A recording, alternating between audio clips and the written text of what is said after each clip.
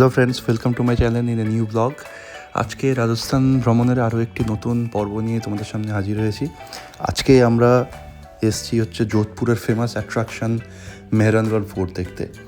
দুপুরে খাওয়া দাওয়া কমপ্লিট করার পরে আমরা সন্ধ্যের আগেই ফোর্টটা দেখে নেব, এটাই আমাদের প্ল্যান। আমরা এসছি, আমাদের হোটেল থেকে এখানে আসতে মোটামুটি হাফ অ্যান আওয়ার টাইম লেগেছে। এই হচ্ছে আমাদের চোখের সামনে অপূর্ব মেহরানগড় ফোর্ট। আমরা আস্তে আস্তে এগিয়ে চলেছি। এখানে টিকিট কাটতে হয়। এমনি টিকিট হচ্ছে সবার জন্য 200 টাকা, আর যদি লিফট ব্যবহার করা হয় তার জন্য 50 পার আপ অ্যান্ড ডাউন, মানে 100 টাকা। আর লিফট কেন দরকার হয় তার কারণ ফোর্টটি অনেক উঁচু, প্রায় 10 তলার সমান উঁচু। পুরো 10 তলা বয়স্ক লোকেরা উঠে উঠে ঘুরে ঘুরে দেখতে পারে না, সেজন্য অনেকেই লিফট ইউজ করে, তো সেটার জন্য এই চার্জটা। আজকে একটা অবাক করা ব্যাপার হয়েছে, প্রচুর ঝড় বৃষ্টি হচ্ছে যখন আমরা জাস্ট টিকিটটা কাটছি ফোর্টটা দেখব বলে। রাজস্থানে ঝড় বৃষ্টি আর এরকম ওয়েদার ভাবাই যায় না।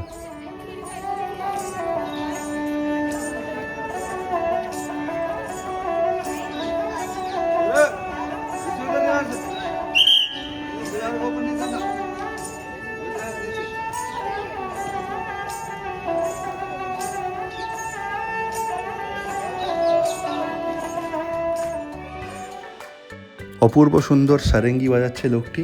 এখানে বিভিন্ন জায়গায় এরকম লোক বিভিন্ন ট্র্যাডিশনাল যে রাজস্থানী বাদ্যযন্ত্র বা ইনস্ট্রুমেন্ট আছে সেগুলো বাজাচ্ছে। এবার চলে আসি হচ্ছে আর্কিটেকচারের দিক থেকে।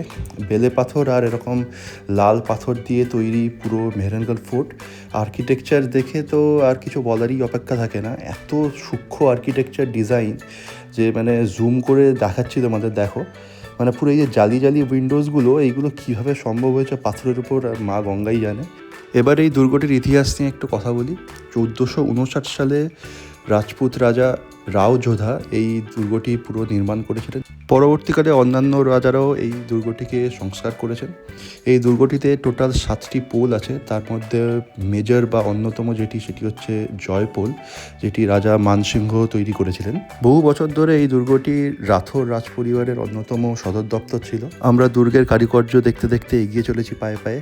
এইখানে একটি প্যাসেজ আছে, এত সুন্দর লাগছে প্যাসেজটা দুর্গর ভেতরে। এখান থেকে আমরা একটা রুপটপ ভিউ দেখতে পাবো। এখানে দেখছো যে পুরো যোধপুরের যে ওল্ড সিটি সেটা এখান থেকে দেখা যাচ্ছে, একদম এরিয়াল ভিউ। আর এখানে সারি সারি পুরনো যে কামান আছে সেগুলো সব রাখা আছে, পুরো কামান দিয়ে ভরিয়ে রাখা হয়েছে। অপূর্ব সুন্দর লাগছে এখান থেকে জায়গাটা। একটু পরেই সূর্যাস্ত সানসেট হবে, আমাদের ইচ্ছে আছে এখান থেকে সূর্যাস্তটা দেখার।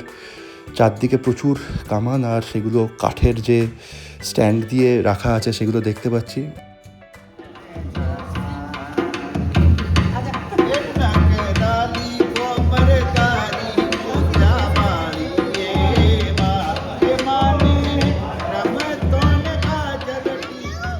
দুর্গের ভেতরে আরও একটি দর্শনীয় স্থান হচ্ছে মা চামুণ্ডা দেবীর মন্দির। এটি হচ্ছে রাজপরিবারের ইষ্টদেবী। সেই মন্দিরটি আমাদের দেখার সুযোগ হয়নি, তার কারণ সময়ের অভাবে। এখানে একটি নির্দিষ্ট টাইম আছে, তার মধ্যে ফোর্টটি ঘুরে বেরিয়ে আসতে হয়, আমাদের হাতে সেরকম টাইম ছিল না। যাই হোক, আমরা এখন যেখানে যেতে চলেছি সেটি হচ্ছে ঝাঁকি মহল। তো এই ঝাঁকি মহল আমরা এবার দেখব। এই হচ্ছে ঝাঁকি মহল। আমরা একটা খোলা জায়গার মধ্যে আছি আর চারপাশে ঝাঁকি মহল। ঝাঁকি মহলের নামটা কেন হয়েছে তার কারণ এই খোলা জায়গাটায় আগে প্রচুর অনুষ্ঠান হতো, আর রাজ পরিবারের যে মহিলারা ছিলেন, রানী বা এবং অন্যান্য মহিলারা, তারা উপর থেকে জলসা বা অনুষ্ঠানগুলি দেখতেন। আর যে পাথরগুলো যেরকম জালি জালি করে রাখা আছে উইন্ডোজগুলো, তার ভেতর থেকে ওনারা লক্ষ্য করতেন বা দেখতেন, সেই জন্য এই জায়গাটার নাম ঝাঁকি মহল। তো এটার ভেতরে আরও অনেক দ্রষ্টব্য জিনিস আছে, যেরকম পুরনো দিনের তলোয়ার রাজা মহারাজা এগুলো ইউজ করেছিলেন ময়ান সমেত। আরও বিভিন্ন, এই যে দেখো এখানে বর্ম আছে, মাথার যে হেলমেট, তারপরে ঢাল, শিল্ড, এইগুলো সব আছে। এগুলো খুব কারুকার্য করা। তো রাজা বাচ্চাদের মানে টাকার তো অভাব ছিল না, খুব সুন্দর সুন্দর সব জিনিস বানিয়ে রেখেছেন। এইটি হচ্ছে চোগা, এইগুলি হচ্ছে রাজারা পরতেন। পুরো একদম আস্ত একটুখানি ড্রেস পুরো এখানে রাখা আছে। এছাড়াও যেটা চোখে পড়লো সেটা হচ্ছে বড় বড় তালা আর চাবি। এক একটা চাবি মোটামুটি 3 কেজি করে ওয়েট, আর এখানে 4টে চাবি আছে। 4টে চাবি একসাথে লাগবে একটি তালা খুলতে। 4টি চাবি 4 জনের কাছে থাকতো, বোঝাই যাচ্ছে যে কতটা সিকিউরিটি ওরিয়েন্টেড ছিল।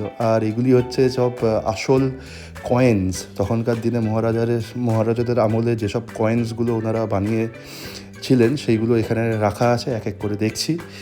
এবার আমাদের নিচে নামার পর্ব শুরু হয়ে গেছে, কারণ আমাদের এখন বেরোতে হবে। আমরা পায়ে পায়ে নামছি, ওঠার থেকে নামাটা আরও একটু সাবধানে করতে হচ্ছে। পাথরের পুরো রাস্তা, তারপরে বৃষ্টি হয়েছে আজকে, সেজন্য খুব স্লিপারি। এখান থেকে নামতে নামতে আমরা ওল্ড সিটি যোধপুরের একটি খুব সুন্দর ভিউ দেখতে পাচ্ছি। এখনও অবধি যতগুলো রাজস্থানের কেল্লা দেখেছি, এই মেহরানগড় ফোর্টটিও কিন্তু খুবই সুন্দর এবং আমার মনে অনেক দিন জায়গা করে থাকবে। আস্তে আস্তে নামছি। এখান থেকে আমরা এবার তোমাদের দেখাবো হচ্ছে বাইরের ভিউটা, যেটা সূর্য অস্ত যাচ্ছে আর তার সাথে যোধপুর ওল্ড সিটির একটা ভিউ, অপূর্ব লাগছে দেখতে।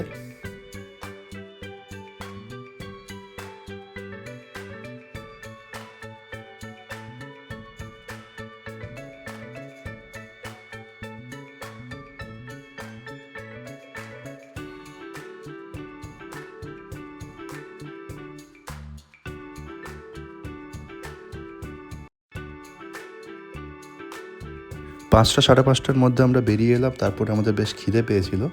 আশেপাশে একটি দোকান খুঁজে এখানে একটি পিৎজার কাউন্টার আমরা দেখতে পেলাম। এখান থেকে আমরা একটু পিৎজা খেয়ে নেবো, বাচ্চাদেরও খুব খিদে পেয়েছে। পিৎজা খাওয়ার পরে আমরা আবার অটো ধরে গেলাম হচ্ছে হোটেলে। এখান থেকে হোটেল প্রায় 10-15 মিনিটই টাইম লাগে। তো সেখানে গিয়ে আমরা ব্যাগপত্র রাখলাম। যোধপুরের ব্লগটা আমি আপাতত এখানেই শেষ করছি। সবাই ভালো থেকো, টাটা।